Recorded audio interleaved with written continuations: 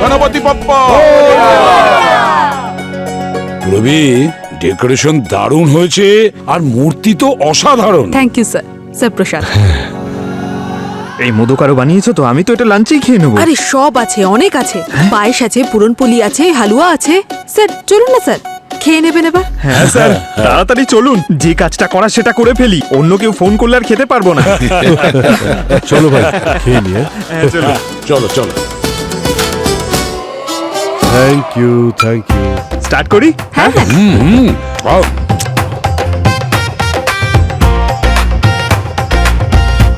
একটা একটা একটা একটা গরম। রবি, তুমি যে এত ভালো রান্না করতে জানো আমি তো জানতামই না। সত্যি অপূর্ব, সারাদিন ডিউটি করার পর এইভাবে সবকিছু ম্যানেজ করা, তাও আবার তুমি নিজে বানিয়েছো। স্যার ভগবানের জন্য সব ম্যানেজ হয়ে যায়। আর বছরে তো একবারই এই পুজো, আর এই দিনটার জন্য কত অপেক্ষা করে থাকি। আর এই বছর তো গণপতি আমার বাড়িতে 1.5 দিনের জন্য নয়, 3 দিনের জন্য এসেছেন। মাত্র 3 দিন? তার মানে আমরা 3 দিন পুরোপুরি খেতে পারবো? না স্যার, আমার বাড়িতে থাকবেন 3 দিন, কিন্তু সোসাইটিতে উনি থাকবেন 5 দিন। তাই 5 দিনের জন্য পুরনপুরি সাপ্লাই চলতেই থাকবে। এই না হলে কথা। গণপতি বাপ্পা মোরয়া। ইয়েস। আরে স্যার তাড়াতাড়ি খান, তাড়াতাড়ি খান, ফোন চলে এলো। Hello, AC পদ্মমান here.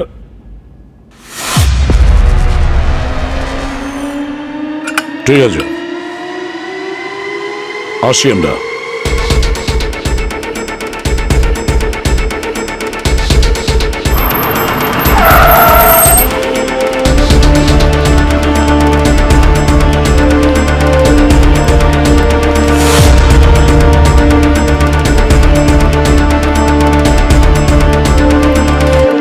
Sathi Devi. Sir আমি সাথী, মিসেস কুমার। আমি আপনাকে কল করেছিলাম। একটু পরে এসে কথা বলছি।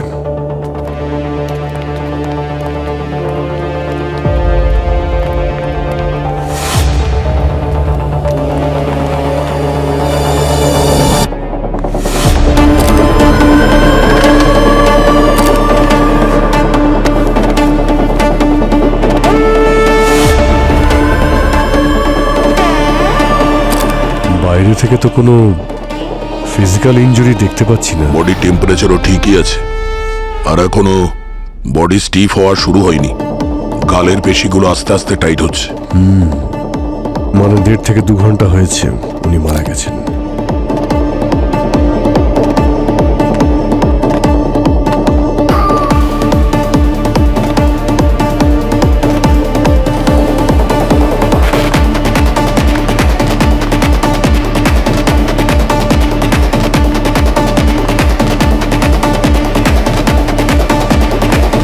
ভাই, আশেপাশে সবকিছু তো ঠিকঠাকই লাগছে। হাতাহাতি বা স্ট্রাগলের তো কোনো চিহ্নই নেই। হার্ট অ্যাটাক হয়নি তো? হতে পারে। হার্ট অ্যাটাক নয় স্যার, এটা মার্ডার।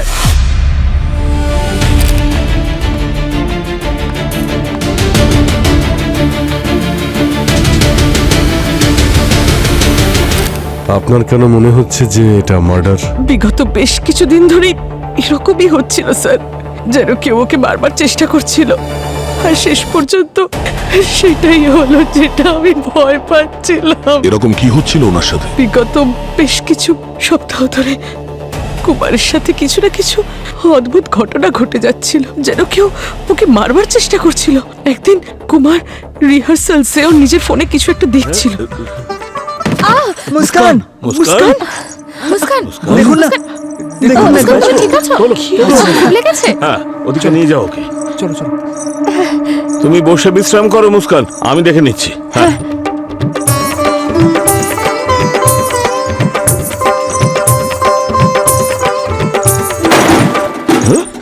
গুরুজি চলো। আপনার লাগেনি তো? আবার কি হয়েছে? আর তারপর আরো একটা দুর্ঘটনা ঘটে। এই সুন্দর মুহূর্তে দুটো শব্দই বলে দিন গুরুজি। দুটো শব্দ? দুটো কথা বলার বাহানায় লম্বা লেকচার দেওয়ার যে প্র্যাকটিস চলছে পৃথিবীতে, ব্যাস দুটো শব্দ। কুমার!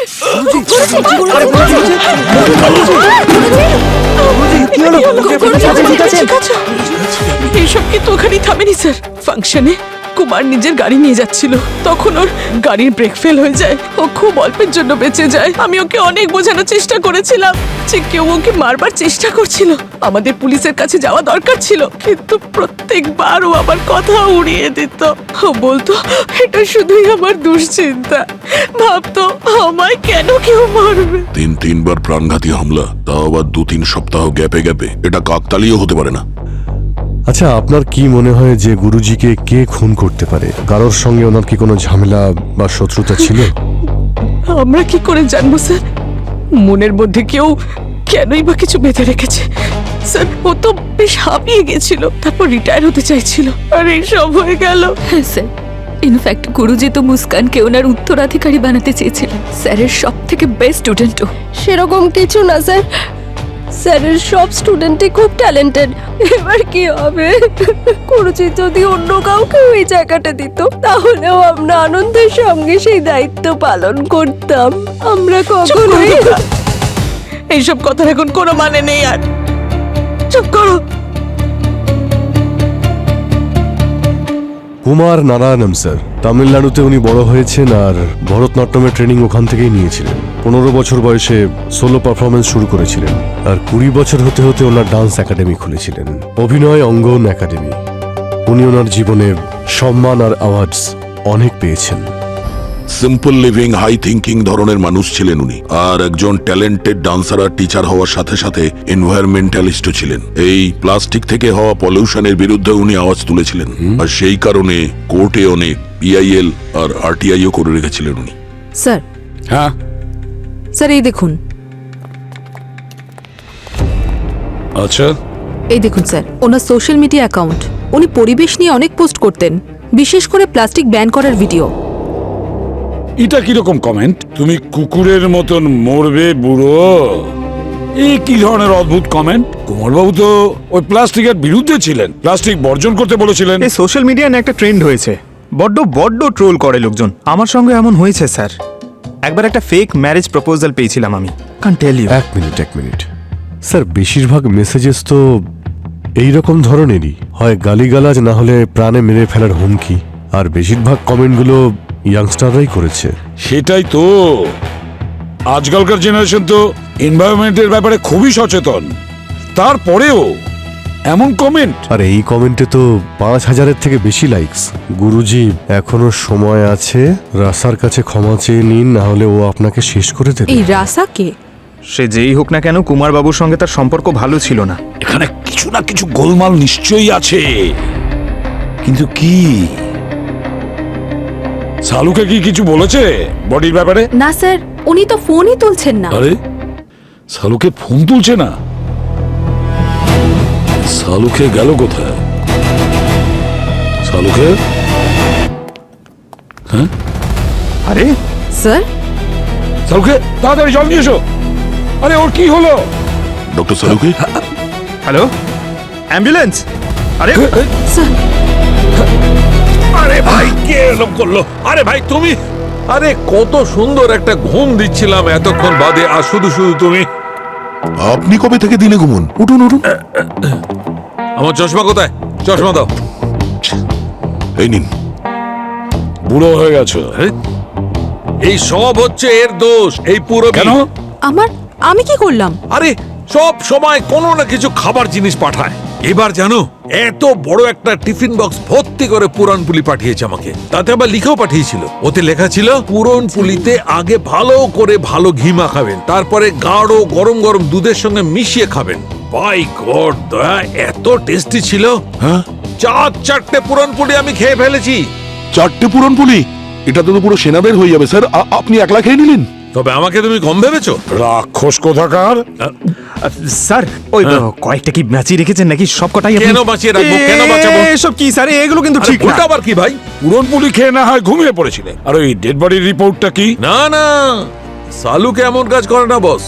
প্রথমে কাজ, তারপরে আরাম। এর ব্যাপারে আমি সব খোঁজ নিয়েছি। কি খোঁজ নিয়েছিলে? তোমাদের ডাউট একদম ঠিক, এনার হার্ট অ্যাটাকই হয়েছে। কিন্তু ওনার ওয়াইফ যেটা বলছেন সেটাও ঠিক, এটা খুনই বটে। তার মানে কেউ এনার হার্ট অ্যাটাক ঘটিয়েছে? একদম।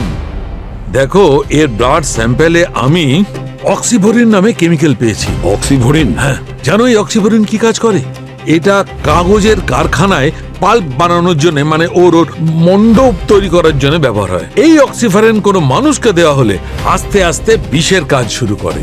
এই কেমিক্যালটা এনাকে মিষ্টির সঙ্গে দেওয়া হয়ে থাকতে পারে। ব্যাস 5-6 ঘন্টার মধ্যে এই অক্সিভরিন কাজ শুরু করে দিয়েছে। স্যার, এই রাসার ব্যাপারে আমি জানতে পেরেছি। রাহুল সালসা নামে ওর সোশ্যাল মিডিয়া অ্যাকাউন্ট আছে। ও ডান্সার। ইনি গুরুজির স্টুডেন্ট ছিলেন স্যার। ওনার ফ্যানেদের কাছে উনি রাসা বলে পরিচিত। রাহুলের রা আর সালসার সা। রাহুল কুমার বাবুর স্টুডেন্ট ছিল, আর রাহুলের ফ্যান্স ওনাকে হুমকি দিচ্ছিল। একটা কাজ করো, স্যার। খোঁজ নাও যে ওই রাহুল রাসা কোন তালের ওপর নাচে সে আজকাল। আর অভিজিৎ, এবার আমাদের এটা দেখতে হবে কুমার বাবুর ওপর যতগুলো অ্যাটাক হয়েছে সেটা ওই রাসা আর ওর ফ্যান্সরা করেছে নাকি শুধু অ্যাক্সিডেন্টই ছিল।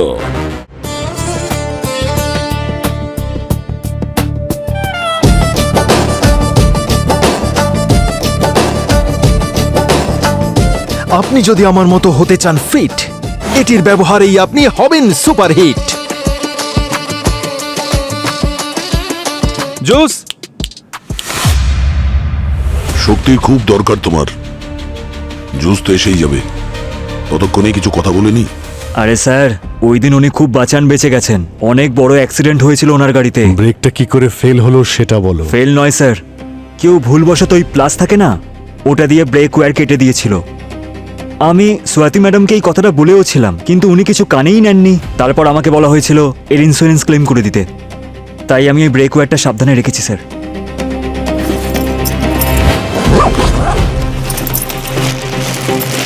এই দেখুন স্যার। এটা তুমি খুব ভালো করেছো। এগুলো কি এখানে সাদা সাদা কি লেগে আছে? আমি কিছু লাগাইনি স্যার, যেরকম ছিল সেরকমই দিলাম আপনাকে। ঠিক আছে, তুমি এখন আসতে পারো। রবি, এটা ফরেন্সিক ল্যাবে পাঠিয়ে দাও ডক্টর সালুকের কাছে। দেখো কি জানতে পারা যায়। স্যার, আপনি যাকে ডেকে পাঠিয়েছিলেন ও এসে গেছে। আচ্ছা। স্যার, ও মঙ্গেশ, ইলেকট্রিশিয়ান। কুমারবাবুর একাডেমির ওয়্যারিং এর কাজ ওই করতো। স্যার, আপনারা আমাকে কেন ডেকেছেন? আচ্ছা, তুমি এটা বলো যে গুরুজির মাথার পিছন দিকে যে লাইটটা পড়েছিল সেটা কি করে পড়েছিল, আর মাইকে কারেন্টটা কোথা থেকে এলো? স্যার, এতে আমার বা আমার লোকেদের কোনো দোষ নেই স্যার।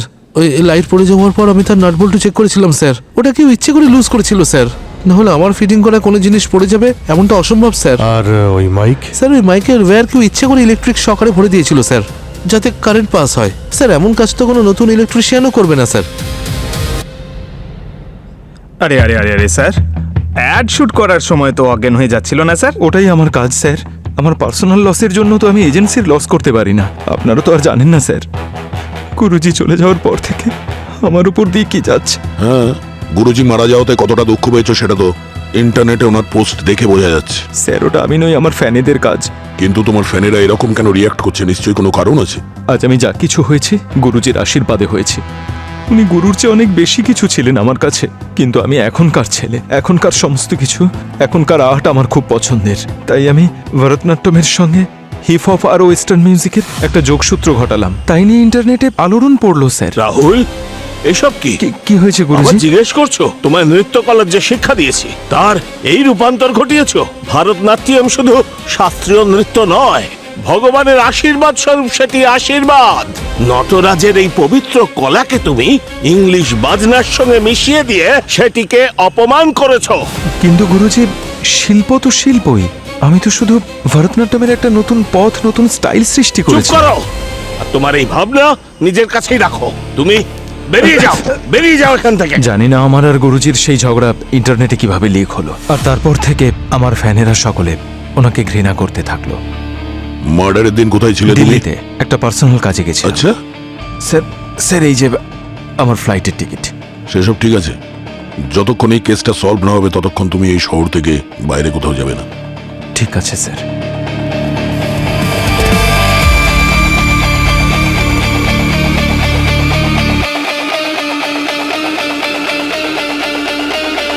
সিআইডির অ্যাক্টিভ হয়ে গেছে।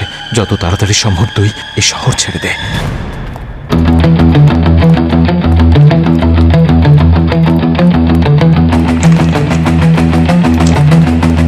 স্যার স্যার রাহুল ঝগড়া লিক হয়ে যাবার কথাটা সত্যি বলেছিল স্যার। আমি জার্নালিস্টের সঙ্গে কথা বলেছি যে ঝগড়ার বিষয়টা সোশ্যাল মিডিয়ায় দিয়েছিল।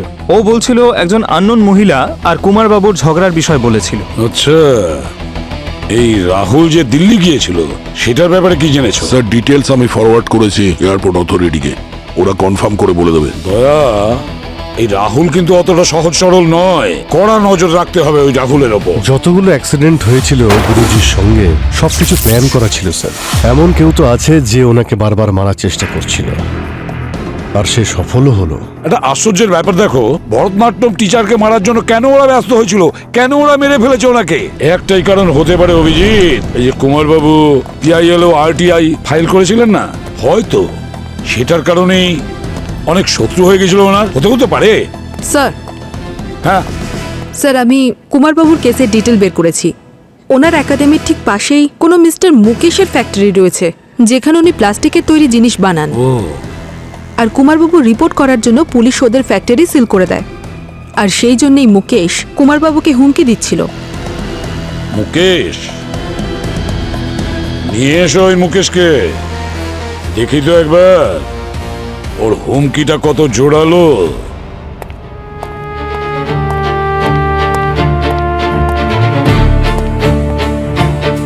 আমি এসে গেছি স্যার,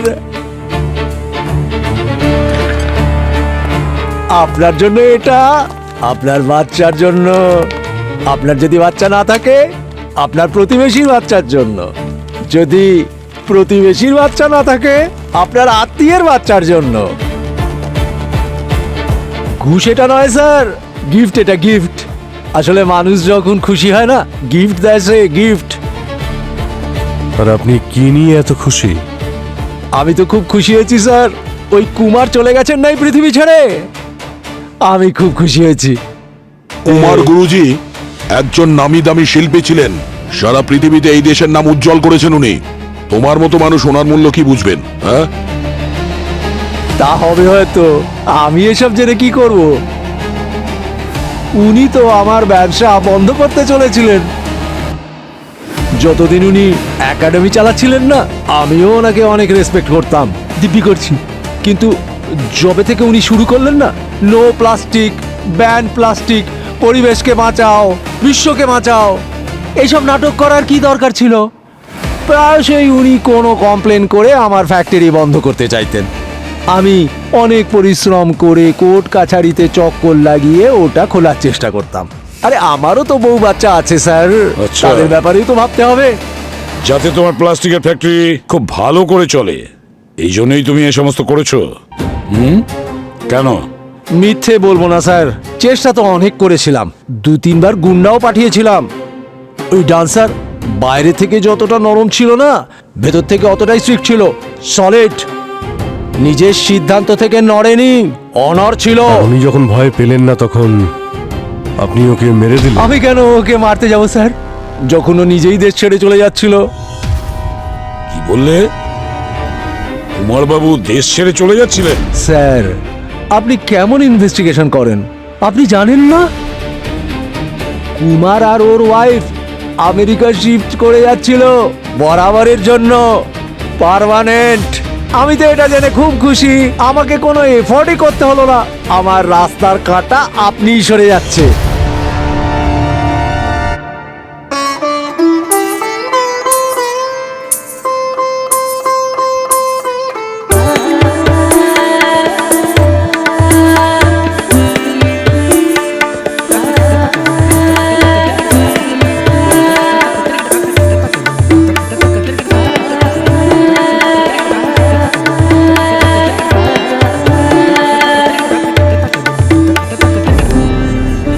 মিনিটের ব্রেক। এসব কিসের প্র্যাকটিস চলছে? আমার তো মনে হলো গুরুজি যাওয়ার পরে সমস্ত প্রোগ্রাম ক্যান্সেল। হ্যাঁ স্যার, উনি এই পারফরমেন্সটা দুবাইতে হওয়া গণেশ ফেস্টিভ্যালের জন্যই তৈরি করছিলেন। এবার যখন উনিই বেঁচে নেই, তাই প্রোগ্রামটা ক্যান্সেল হয়ে যায়। এবার এটা ওনার শেখানো একমাত্র শেষ পারফরমেন্স ছিল, তাই আমরা ভাবলাম যে ওনার স্মৃতি রক্ষার জন্য আমরা ইন্ডিয়াতেই পারফর্ম করব। আচ্ছা স্যার, আপনারা এখানে খুনের খবর পেয়েছেন আপনারা? ওটা তো আমরা খুঁজে বার করেই নেব। আচ্ছা, স্বাতী দেবী কোথায়? ওইদিকে অ্যাকাউন্ট রুমে।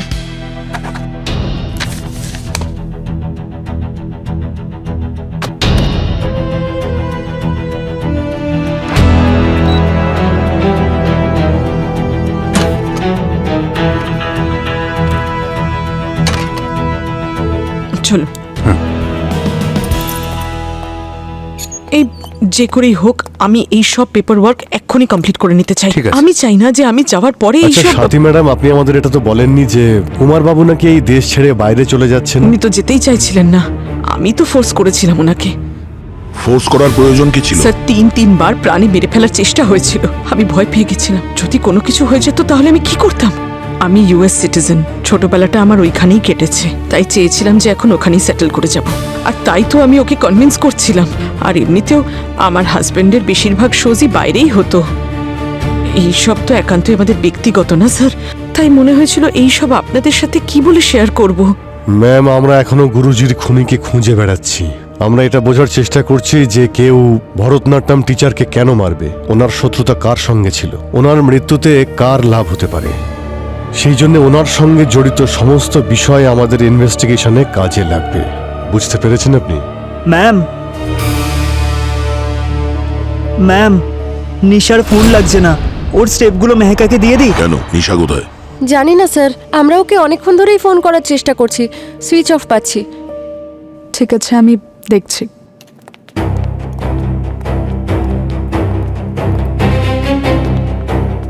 নিশার ব্যাপারটা কি স্যার? রাসা স্যার, এক মিনিট।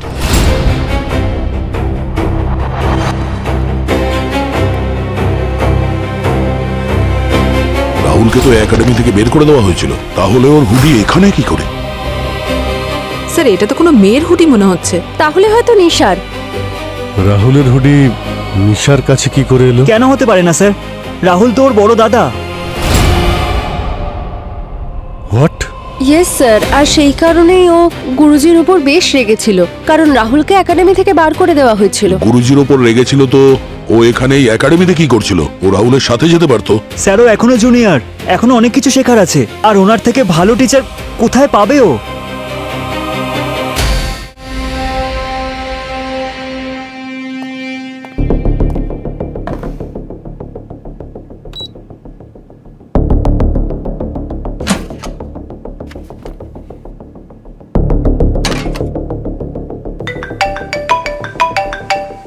বলুন ডক্টর সালুখে। হ্যাঁ অভিজিৎ, তুমি যে ওই ব্রেক ওয়ার্ডটা আমাকে দিয়েছিলে না, ওর ওপর লেগে থাকা পাউডারটা আমি ভালো করে চেক করেছি। আরে ওটা মেকআপে যে ফাউন্ডেশন ব্যবহার করা হয় না, সেই পাউডার। ওখানে যত ডান্সার আছে সবাই ওটা ব্যবহার করে থাকে। Okay sir, thank you. আচ্ছা, যেই রাতে গুরুজির গাড়ির অ্যাক্সিডেন্ট হয়েছিল সেই রাতে নিশার কি কোনো পারফরমেন্স ছিল নাকি? স্যার শুধু নিশান নয়, পুরো ডান্স গ্রুপের প্রোগ্রাম ছিল। সব ডান্সাররাই ওখানে ছিল সেদিন। সমস্ত ডান্সার তো আজ এখানেই আছে, শুধুমাত্র নিশা নেই এখানে।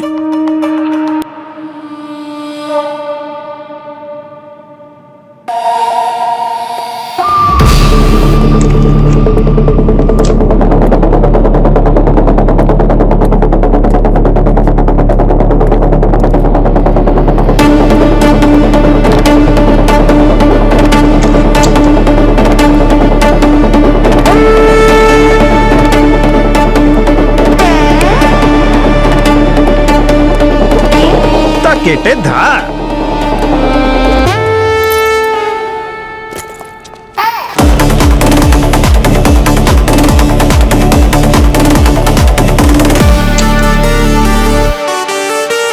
নিশা কোথায়? আপনি? নিশা? জানি না স্যার, অনেকদিন দেখা হয়নি ওর সঙ্গে। কেন, কি হয়েছে? এক, বাজে কথা বলিস না। তোর সঙ্গে দেখা করে চলে যাবার পরেই তুই ওকে কল করেছিস। না তো। এই নিশার কল রেকর্ড আছে আমাদের কাছে। নিশাকে শেষবার কল তুই করেছিলি। সিআইডির অ্যাক্টিভ হয়ে গেছে। যত তাড়াতাড়ি সম্ভব তুই এই শহর ছেড়ে দে। আমি কিছু জানি না স্যার। আচ্ছা, হ্যালো, হ্যাঁ, আরে শিওর? ঠিক আছে, ঠিক আছে, থ্যাংক ইউ।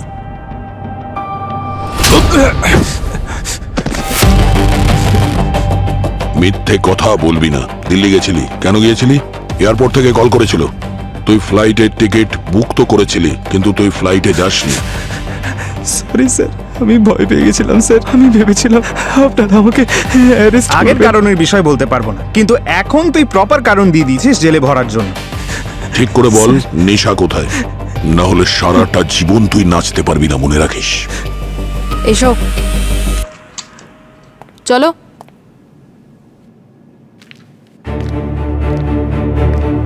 চলো।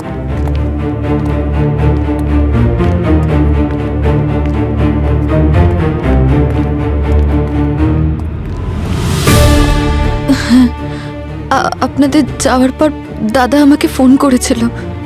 ও আমাকে এখান থেকে পালিয়ে যাওয়ার কথা বলল। তো কি করতাম আমি? জানিসই তো যে সবচেয়ে আগে বডি দেখে ওনারা সবচেয়ে বেশি সন্দেহ তাকেই করে, আর তুই এদের প্রশ্ন ফেস করতে পারতিস না। প্রশ্ন করাটা আমাদের কাজ রাহুল, তার মানে এটাই নয় যে আমরা সামনের লোককেই অপরাধী ভাববো। আর যদি তোমরা কিছু করে নাই থাকো তাহলে ভয় কিসের? না না স্যার, দাদা সেটা বলতে চাইনি। দাদা আসলে আমার খুব খেয়াল রাখে, আর আমাকে এই অবস্থায় দেখতে পারবে না। যখন আমি গুরুজির ডেড বডি দেখেছিলাম তখন আমি খুব ঘাবড়ে গিয়েছিলাম, আর তাই আমি সেই জন্য শহর থেকে পালানোর বদলে আমি এখানে আবার দাদার কাছে চলে এসেছি। নিজের ফোন বন্ধ করে রেখেছি। বাহানা তুমি ভালোই করতে পারো নিশা। ডান্সের সাথে সাথে অ্যাক্টিংও শিখে নিয়েছো নাকি? যখন যখন গুরুজির উপর হামলা হয়েছে তখন তুমি ওখানে ছিলে একাডেমিতে। স্যার, আমি ছাড়াও তো আরো অনেক ডান্সার্সরা ছিল ওখানে। আর আর আমি কেন গুরুজিকে মারবো? আর আমার ওনাকে খুন করার কোনো কারণও তো নেই। কারণ আছে। কুমারবাবু রাহুলকে একাডেমি থেকে বের করে দিয়েছিলেন। রাহুলকে ঘৃণা করতেন উনি। না স্যার, ঘৃণা নয়, ভালোবাসতেন ওকে। কি? হ্যাঁ দাদা, গুরুজি হয়তো রেগে গিয়ে তোকে একাডেমি থেকে বের করে দিয়েছিলেন, কিন্তু উনি সবসময় তোকে মনে করতেন। গুরুজি তো দাদার আর্টের ডান্সের ফ্যান হয়ে গিয়েছিলেন। লুকিয়ে লুকিয়ে ওর ফিউশন ডান্সের ভিডিও দেখতেন গুরুজি। গুরুজি, নিশা, গুরুজি, আপনি দাদাকে এত ভালোবাসেন যখন, ওকে আবার ফিরিয়ে কেন আনছেন না? আপনি জানেন দাদাও আপনাকে ভীষণ মিস করে। তোমার তো জানা আছে নিশা, রাহুল আমার সব থেকে উপযুক্ত শিষ্য। ওকে এখান থেকে বার করার পেছনে কারণ আছে। তুমি চিন্তা করো না, সঠিক সময় এলে রাহুলকে আমি নিজেই ডাকবো। সত্যি গুরুজি? আমার রিটায়ারমেন্টের পর আমার এই নৃত্যাঙ্গনকে কে সামলাবে? রাহুল। আমি ওকে পুরো ভরসা করি। তুমি দেখো, একদিন ও আমার নাম, আমাদের এই শাস্ত্রীয় নৃত্য ভারতনাট্যমকে নতুন উচ্চতায় নিয়ে যাবে। এই যে এইটা দেখুন গুরুজি, তারপর থেকে যখনই দাদার রিলসগুলো দেখতেন আমাকেও পাঠাতেন। আমি কি করলাম যে গুরুজি আমাকে সন্তানের মতো মনে করতেন? আমি ওনাকে কি করেছিলে তুমি? হ্যাঁ স্যার, আমি যে দিল্লির ফ্লাইট মিস করেছিলাম, আমি সেই দিন ওনার সঙ্গে দেখা করতে যেদিন গেছিলাম। গুরুজি মার্ডার হয়েছিল ওই দিন তুমি ওনার সঙ্গে দেখা করেছিলে? হ্যাঁ স্যার, সেই দিন আমি সোশ্যাল মিডিয়া জার্নালিস্টের থেকে জেনেছিলাম যে একাডেমি থেকে কোনো একটা মেয়ে ফোন করে ওনাকে আমার আর গুরুজির ঝগড়ার ব্যাপারে বলেছিলেন। তাই আমি গুরুজির সঙ্গে সেই ব্যাপারেই কথা বলতে গিয়েছিলাম। আমি ভেবেছিলাম গুরুজি স্বাতি ম্যামের সঙ্গে প্ল্যান করেই নিউজ আউট করেছিলেন, যাতে আমার নাম নিয়ে পাবলিসিটি করতে পারে। কিন্তু স্যার বিশ্বাস করুন, আমি গুরুজিকে খুন করিনি স্যার। রাহুল, তুমি আমাদের এতবার মিথ্যে কথা বলেছো যে তোমার কোনো কথাই এখন বিশ্বাস করা আমাদের মুশকিল হয়ে গেছে, বুঝলে? যতদিন নাই কেসটা সলভ হবে তুমি আমাদের হেফাজতে থাকবে, বুঝলে? স্যার, যদি রাহুল খুন না করে থাকে তাহলে খুনি কে? কারোর তো কোনো কারণই দেখছি না খুনটা করার। এই কেসটা তো খুব জটিল। কোন রাস্তায় যাব, কাকে ধরবো বুঝতে পারছি না। গণপতি বাপ্পা আছেন তো স্যার, উনি কোনো পথ দেখাবেন।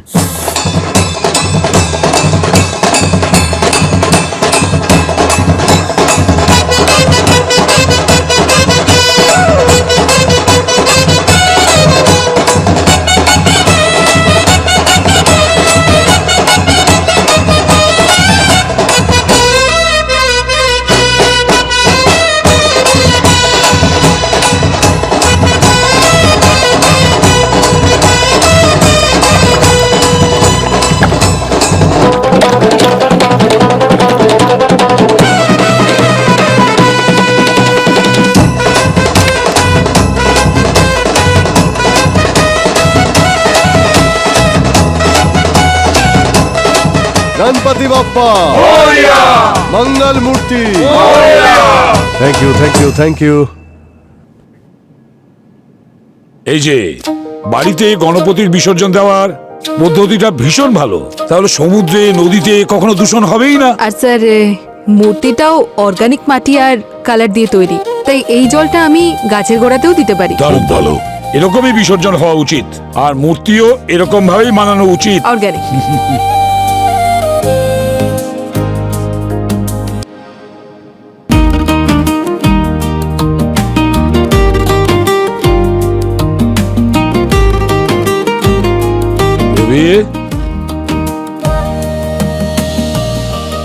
কি হলো? উনি চলে যাওয়ার পর ঘরটা খুব ফাঁকা ফাঁকা লাগছে না? দেখুন না স্যার, ভগবান যাওয়ার পর জায়গাটা কেমন খালি মনে হচ্ছে। এটাই তো স্বাভাবিক, যখন কেউ চলে যান তখন সেই জায়গাটা ফাঁকা হয়ে যায়, কিন্তু কেউ না কেউ তো চলেই আসে সেই জায়গাটা পূরণ করতে, তাই না?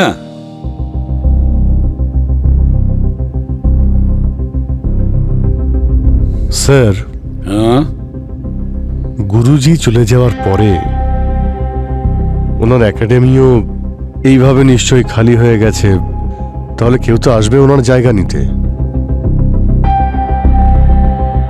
নিশ্চয়ই আসবে, এটাই তো কারণ হতে পারে ওনাকে দুনিয়া থেকে সরিয়ে ফেলার, একমাত্র এটাই কারণ।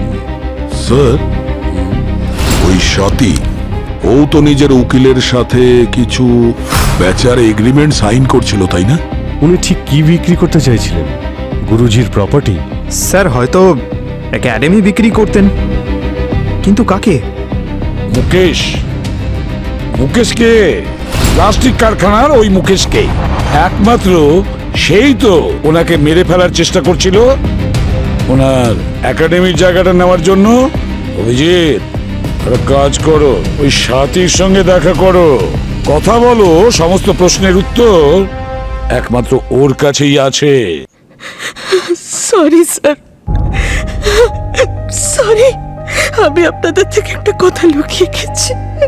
স্যার, কিভাবেই বা বলতাম আপনাদেরকে যে ইউএসএ তে আমার ফ্যামিলির টাকা পয়সার অনেক প্রয়োজন ছিল, আর তাই আমি কুমারকে ইন্ডিয়াতে সব প্রপার্টি বেচে দিয়ে ইউএসএ তে শিফট হওয়ার জন্য কনভিন্স করছিলাম। তার মানে আপনি ডান্স একাডেমি বেচার জন্য ক্রেতাও খুঁজছিলেন? অ্যাকচুয়ালি কুমার আমার সব কথাই প্রায় মেনে নিয়েছিল, ব্যাস শুধু এই একাডেমিটাও বিক্রি করতে চাইছিল না, আর তাই আমি ওকে একেবারেই ফোর্স করতে চাইনি, আমিও মেনে নিয়েছিলাম।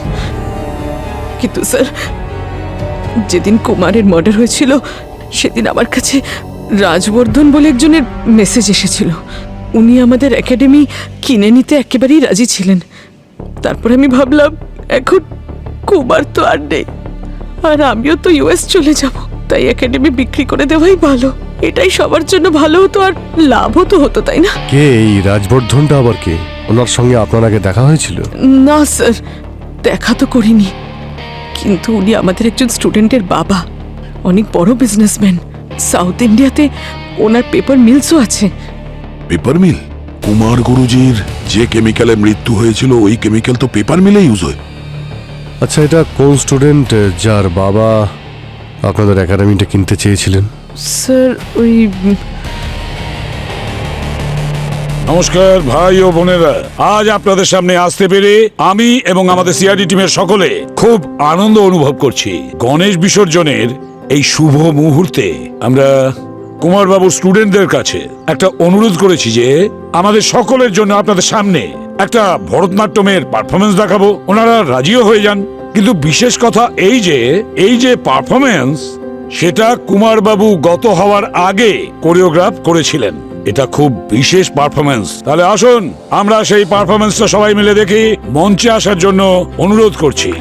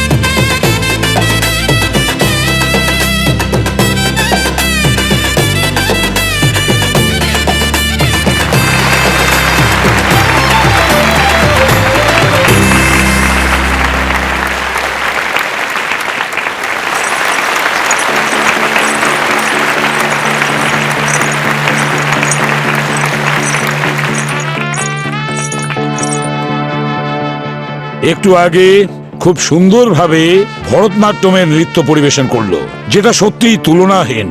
তাহলে স্যার, যখন গুরুজির শিষ্যরা এত ভালো পারফরমেন্স করেছে, সেই জন্য আমাদের অনেক দায়িত্ব রয়েছে। তাই আমাদের টিম আপনাদের সকলের সামনে একটা পারফরমেন্স দেখাবে। গুরুজি কুমার নারায়ণন।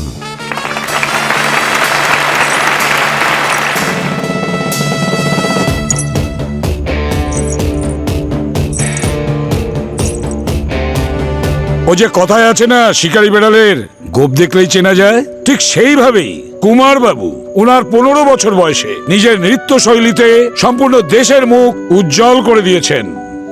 20 বছর বয়সে তো উনি ডান্স একাডেমি খুলেছিলেন, অভিনয় অঙ্গন নৃত্য একাডেমি। কিন্তু গুরুজির উদ্দেশ্য সবসময় সৎ ছিল, অনেক উঁচুতে ছিল। উনি ওনার স্টুডেন্টদের সেই যোগ্যতায় নিতে চেয়েছিলেন তারা যেন ওনার থেকেও বড় হয়।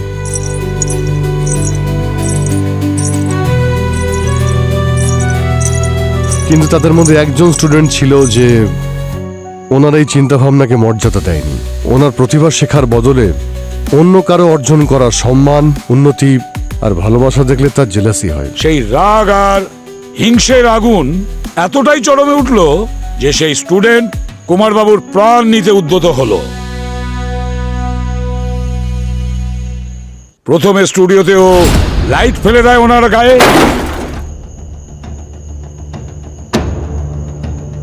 আর তারপরে মাইকে ইলেকট্রিক কারেন্ট লাগিয়ে দেয়। এমনকি শেষ পর্যন্ত সেই স্টুডেন্ট কুমার বাবুর গাড়ির ব্রেক ফেল করিয়ে দেয়। গুরুজি যিনি ভগবানের মতো হন, যার জন্য শিষ্য যে কোনো সময় প্রস্তুত থাকে সবকিছু দিয়ে দেওয়ার। একলব্যতার আঙুল কেটে গুরু দ্রোণাচার্যকে দিয়ে দিয়েছিলেন। কিন্তু এই শিষ্য গুরু শিষ্যের সম্পর্ককে কলঙ্কিত করেছে, ওনাকে খুন করেছে বিষ খাইয়ে, আর নিজের চোখের সামনে তাকে ছটফট করে মরতে দেখে।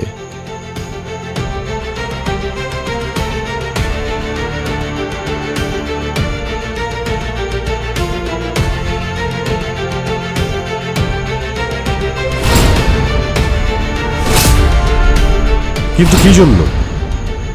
একাডেমি হাতিয়ে নেওয়ার জন্যে? মাত্র কিছু টাকার জন্যে? মিথ্যে!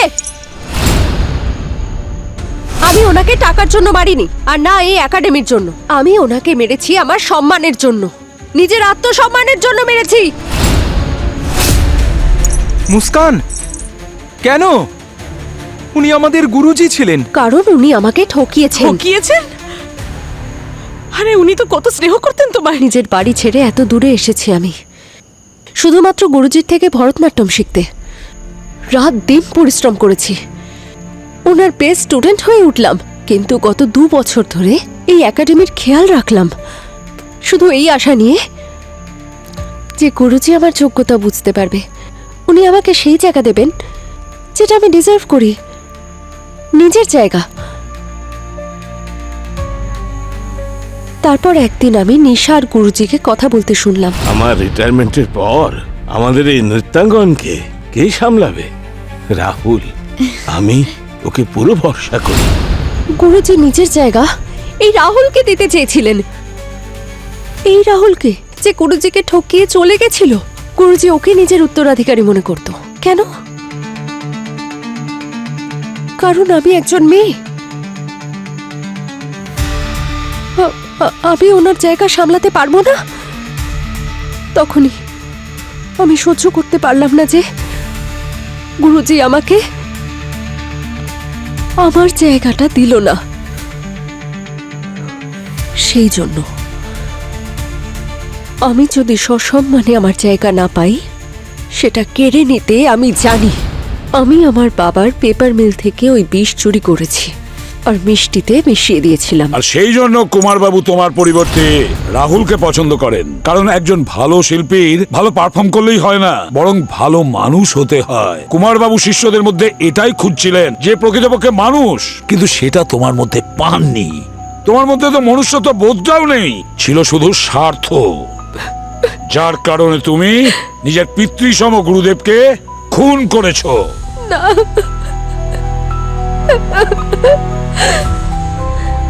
নিয়ে যাও ওকে। চলো।